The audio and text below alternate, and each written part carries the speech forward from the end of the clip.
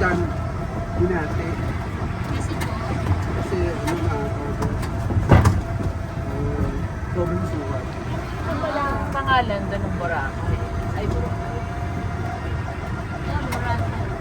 Pangalan siya din. Bocaray? Hindi pa Bocaray? Ito ba yung Bulabog? Ay, dito yung nakahigang coconut. Yun yung nakahigang coconut. Ayun na, lagi na coconut.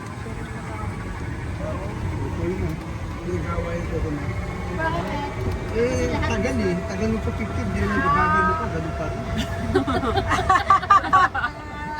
Baka mabago yung mukha, ano? Kuha na ka mga 10 kuha. Diba talaga? Yung ika-10 pagbibigyan na sa...